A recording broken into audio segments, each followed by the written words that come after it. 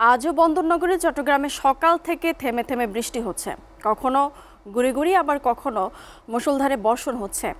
এতে ভোগান্তিতে পড়তে হচ্ছে পথচারীদের। চট্টগ্রাম সহ ৩ বিভাগে ভারী বৃষ্টিপাতের পাশাপাশি পাহাড় ধস হতে পারে বলে সতর্ক করেছে আবহাওয়া অধিদপ্তর।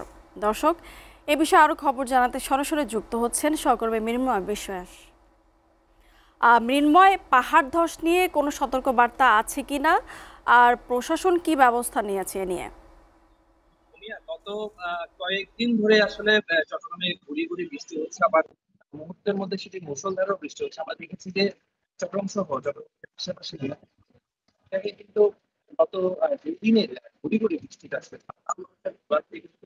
চরম বলা যায়। কিন্তু তবে এই বিষয়ে বলার কোনো অপেক্ষা রাখে না। অন্যান্য বছর আমরা যেটা দেখতে পারি যে সামনে পুরো চট্টগ্রাম জুড়ে আসলে জলাবদ্ধতা হয়ে আছে।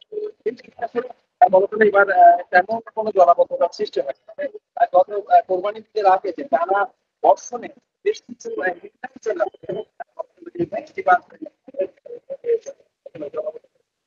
তবে যেসব জায়গায় আসলে সবসময় জলাবদ্ধতা হয়, কিন্তু দুর্গাপুর, বিশেষ করে সর্বোচ্চ যেসব এলাকায় অল্প বৃষ্টিতেই